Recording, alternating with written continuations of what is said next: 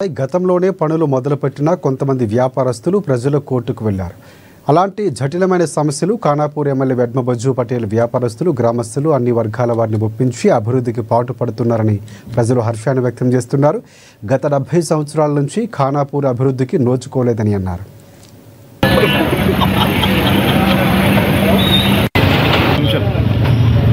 ఈరోజు ఖానాపూర్ మున్సిపాలిటీలో రోడ్ వెండింగ్కి సంబంధించిన పనుల్ని స్టార్ట్ చేయడం అనేది జరిగింది.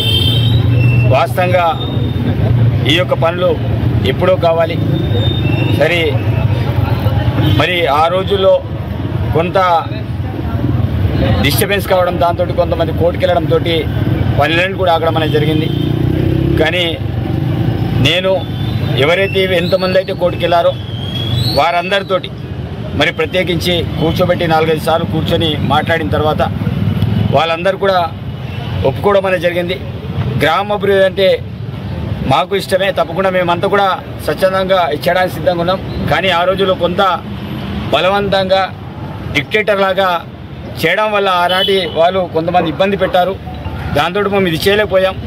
కానీ ఈరోజు తప్పకుండా గ్రామాభివృద్ధి కోసం, పట్టణ అభివృద్ధి కోసం మేమంతా కూడా సంపూర్ణంగా మద్దతు ఇస్తామని ఈరోజు వారందరూ కూడా స్వచ్ఛందంగా మరి దీనిలో భాగస్వాములు కావడం అనేది జరిగింది. కాబట్టి సోదరులు కోరుకునేది ఒకటే, గ్రామాలు పట్టణాలు అభివృద్ధి చెందినప్పుడే ఈ రాష్ట్రం బాగుపడుతుంది. ఈ రాష్ట్రం బాగుపడినప్పుడే దేశం బాగుపడుతుంది. ప్రజలందరికీ సౌకర్యవంతంగా ఉండాలంటే విస్తరంగా రోడ్లు ఉండాలి. కేవలం పట్టణ ప్రాంతాలను కాదు, గ్రామీణ ప్రాంతాలు కూడా మంచి రోడ్లు ఉండాలి.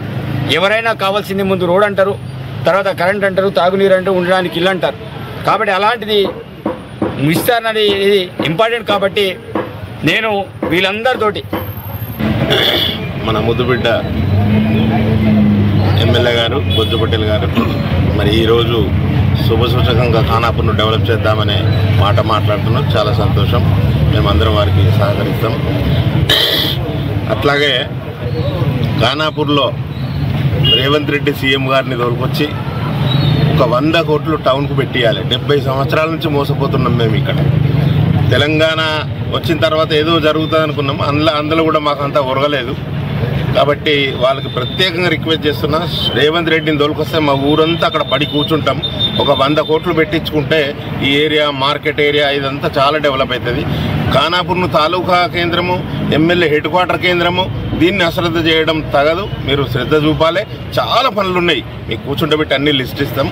దయచేసి ఆ శ్రద్ధ చూపించి మా ఊరును డెవలప్ చేస్తామని కోరుకుంటున్నాం.